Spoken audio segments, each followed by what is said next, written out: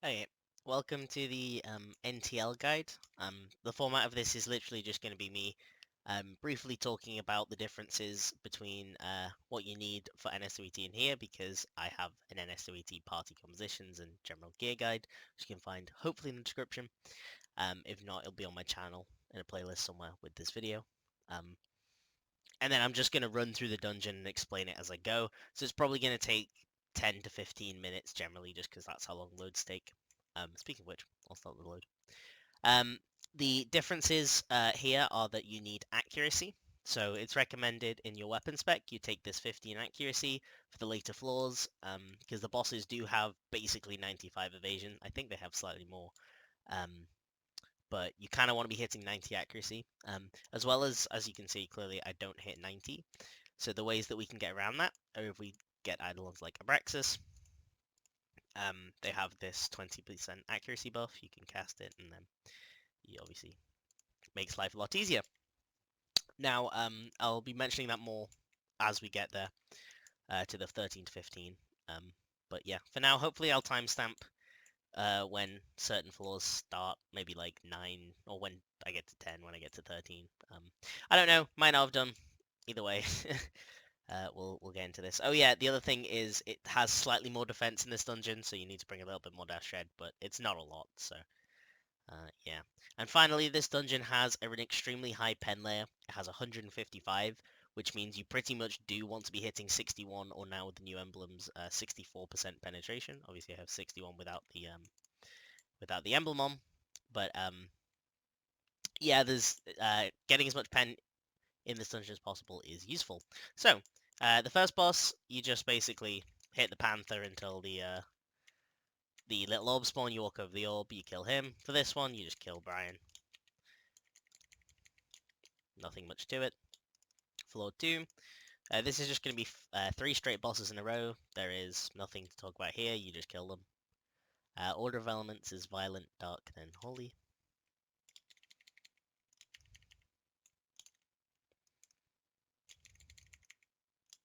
I did not need to storm that. For the third floor, it's just a straight kill. If you get 30 stacks, you need to go to the, so you see these? The evil contaminations you remove by just walking over the puddle. If you get 30 of them, you'll turn into a mini version of Son Juno. You can get them very easily by being hit by carpets, as you can see here. I'm getting them stacked really fast. Yeah, so when you get to 30, you're going to turn in, or is it 20? I think it's 30. Yeah. When you turn 30, you become him. You can still change it, turn it off, but yeah. Basically, just keep your stacks low and then kill him. If you attack this Kale, not that you can see it in solo, because obviously all the carpets apply to me, but if you attack that Kale, all the carpets will spawn, you can move off, and then you just kill the boss. Be very careful of the carpets, they all hurt, but obviously just dodge them, it's not super hard, and then just kill her. You don't have to kill the Kales, it's really not worth it. Floor 5, reminder that this is another one of the bosses that has iframes at the start. I always forget this one does. But yes, he can lift you if you take too long on him. But other than that, he doesn't do that much damage, and he kind of just dies. He doesn't have any special mechanics.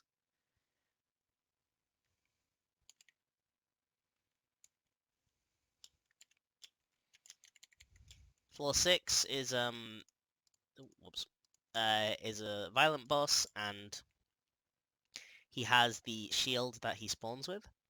There's actually 2 states this boss can be in, essentially. There's damage increase state, and there's shield increase state, okay?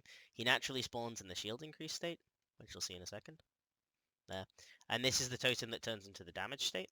So when you take 1 stack, you see here, he's now doing more damage. This one in the middle, as far as I'm aware, doesn't actually do anything. Like, I really don't think that totem does anything. And then this one will turn him back to shield. So if you're struggling with this boss, you can rotate between the two so you don't die and you keep worst naming. But generally, one person stands on it, we get that, and then you just kill him. He can stun you, so be aware of that. But other than that, pretty easy boss. This is the part where the tankiness ramps up a step. It actually happened on 4 as well, but they're still pretty squishy at that point, so it's not really noticeable. If you've got an undergeared party, this floor can be a little bit harder. Um, she has two major attacks and a ridiculously long iframes at the start. She has two major attacks. The first one is this, or where she'll spawn these swirly things, and then they move towards somebody. Just move out and run around with them. The second one is she'll spawn a clone. I'm not going to actually leave it that long because it's not really worth it. But she'll spawn a clone, and the clone will just hit you for like 90% of your HP. So as soon as you see the clone spawn, just run away. Just keep running away. There's nothing much more to say about that. This is so if you have low damage, there's going to be little totems around the outside which you can kill. I'll show you in a minute. And by killing these, you're just going to take less damage, and yeah. They will periodically change back from being good, or good I say, on your side to being on the other side and being killable again, I think is the best way to describe it. So if you are killing them, just like continuously do so. Most of the time you don't need to. Most parties will pretty easily nuke this boss without caring. As you can see, that one. That's a bug I've never seen before. Apparently if you kill them quickly, it can respawn two of them. Well, there you go.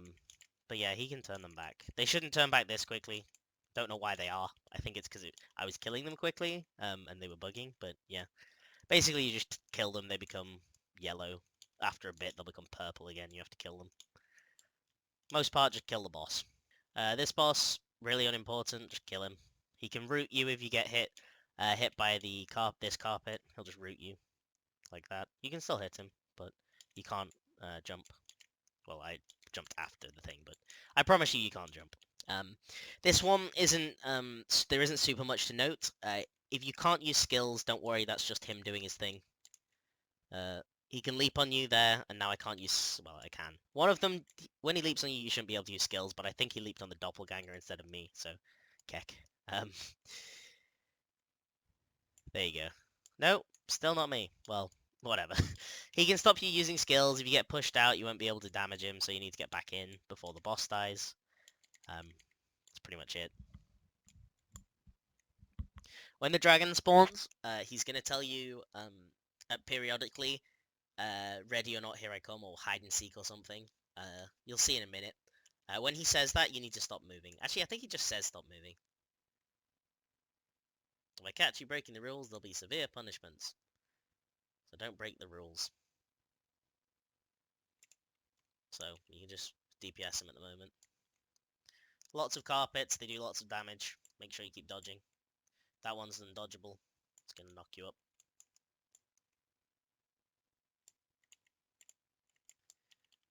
Ow. Protective power is now gone. Here, you can see that, like, if you move at the wrong time, it should have told you then, but it didn't for some reason. If you move at the wrong time, it gives you that stacking debuff, which is just actually going to just destroy you. So when you see that buff, or when he tells you to stop moving, just, you can't move, otherwise you'll die. Floor 11, if anybody dies on this floor, then the boss is going to reset, so it's very important you keep your party alive. And for the first part of the boss, if you get the actual debuff from the pool, then just use one of the first 3 skills and you'll remove it. Another little tip is you can, not that I have it on my bar, if you use a dun here, you can stop the bubble spawning, like temporarily, which is kind of nice. But yeah, just kill the mini versions and then the next one will spawn. Lots of carpets, lots of damage going through here. Very important you try and kill it quickly, but if you can't, then just keep going at it, keep yourself alive. Most important thing is keep yourself alive, because obviously if you all die, then you wipe. In a minute, she's going to make herself, she's going to make herself immune. And I'll show you what you do in that phase. There. You can either kill all the crystals, like this, and it'll make her an immune. There. Or the, whoops, what? I thought they're all dead. Well, the other option anyway is you just use this skill on her, and it'll just remove it. At that point, you have DPS time, and then just kill her, because Yeah, she's stunned for a couple of seconds. So again, if you walk into one of the puddles here, well, you can't see it, but you'll get an extra bar. If you use the first skill of the bar on the boss, then it'll remove the shield. If you can't find the puddle though to get the bar, to get the skill changes, then just kill all the water crystals. So this is the floor where you might find in pug runs you've actually been like people have had a go at you and said you're a talent killer or whatever. I'm going to explain now what any of that is. So um, when we start the boss, you come over to this side. So there's going to be two that spawn. There's going to be one over there and there's going to be one here. Um, it's just the easier way to do it is to kill this one first. So yeah, that's pretty much what we do. We kill this one and then we kill the other one. Normally the other one will teleport over here. If it hasn't, that doesn't matter. Um, when you do kill them, you need to have your done out, and I'll explain why when we actually get to killing them. But I tend just to always have my done on, just so you know. So what's the name? So there you go. He teleported over here now. Okay. Once he dies, wait a few seconds. Okay. Make sure you're staying next to your party for this, so don't move. When he dies, okay, wait a few seconds, and then use the Adun immunity. What this is going to do is it's going to stop you taking the negative debuff above your head, and then you can hit him, and as you can see, I'm not healing him, okay? I am not healing him. This debuff will reapply every 30 seconds. You can see here, like 18 seconds. So I'll show you what happens if you're not Adun buffed in a second. Okay, so you see I have this charge above my head? Whilst I have a charge above my head, if I attack the boss, I'm just going to heal it. Like, I can do loads of damage to it, but it is just going to heal straight back up through that, okay? The way we remove this is you can walk into the opposite charge from you. So if you see here, if you walk into the positive one, it'll remove my negative charge. If you were negative, you walk into a positive charge. And then I can just hit the boss. The reason we are done buff at the start here is a done will stop you ever taking that debuff. It will stop you ever taking it. So if I do it now, Adon won't remove it. She won't remove it. It's stuck on me.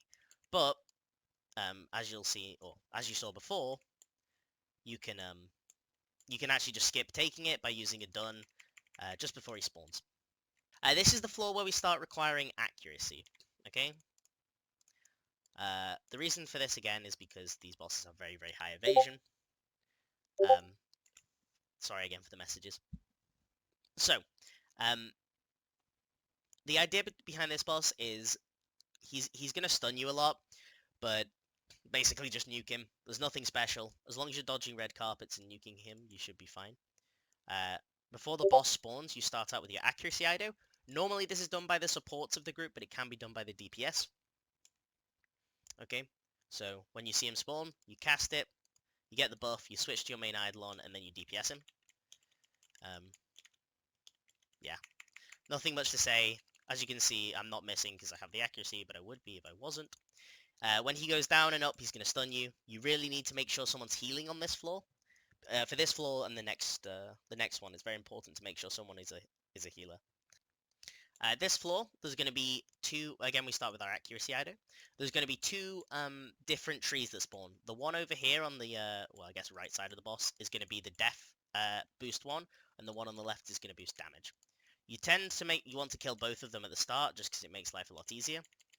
Okay, and then I'm gonna accuracy buff, and then I'm going to hit her, and then I'm not gonna miss as often. Okay, but if I actually wait for that accuracy debuff to run out, you'll notice I miss a little bit more. Again, they have more evasion in Nightmare than they do here, so most of the time I won't miss. But if I auto attack her, there I just missed. Evaded Sif's attack.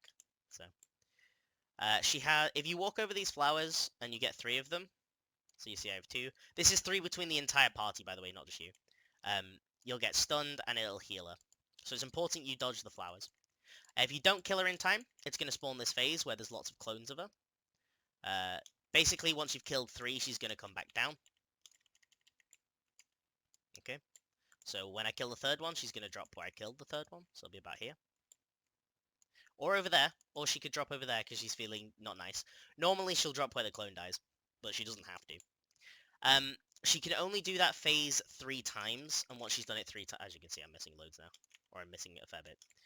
because I don't have the accuracy on. She can only do that phase 3 times, and once she's done it the third time, she can no longer do it. So if you're very much struggling to get through those phases, then make sure you survive, get through the phase, and note that even if you've healed the boss, you can have a chance to kill her later. Again, this is where the penetration becomes very important, because if you have a lot more penetration, these bosses die very, very quickly. If you have 64 penetration, you're pretty much just going to rip through these bosses nowadays. Okay, the final floor. Now, the normal strategy for this boss is just kind of try and nuke it before the totems spawn. But just in case that doesn't happen, I'm going to show you what you do. Again, if you are trying to nuke it, make sure you start with your accuracy Ido. Okay.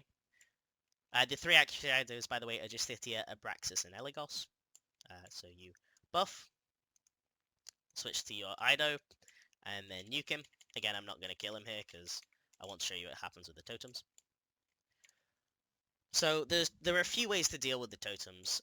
The first one is just to like kill them as they spawn, and if you stun them, right, they can't stun you. So as you'll see here, I'm not going to stun this one, and it's going to stun me. You see this big carpet, stunned, really annoying. But again, if you stun them, you have a little bit more time to kill them. Granted, I just one-hit them in this version, but the other option is actually, if you notice here, I'm actually not aggroing the totems. This one I will because I'm next to, but these two I'm not aggroing. So if you stand kind of away, you're not going to aggro them. What happened here is too many totems spawned, and that caused the boss to basically reset. He'll come back down. He's on full HP. So it's important that you kill him, or you keep as many totems dead as possible. But you can avoid a couple if you're soloing, or whatever. But that's pretty much this boss. It's a nice boss, so it dies very quickly. And yeah, that's the dungeon over. I hope this guide helps a little bit for people that are new to the game and don't need to learn this dungeon. The most important is to know how 12 works and know about the accuracy Idos and know about the 14 heal and stuff like that. But generally, it's a pretty easy dungeon, so yeah.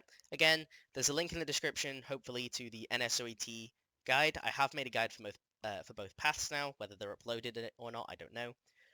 And there is also a link to the ideal parties for Nightmares, specifically Nightmare SOET, but again, the differences here are you just want to make sure you cap pen, and you want to make sure you get that accuracy. Thanks for watching, and I'll speak to you next time.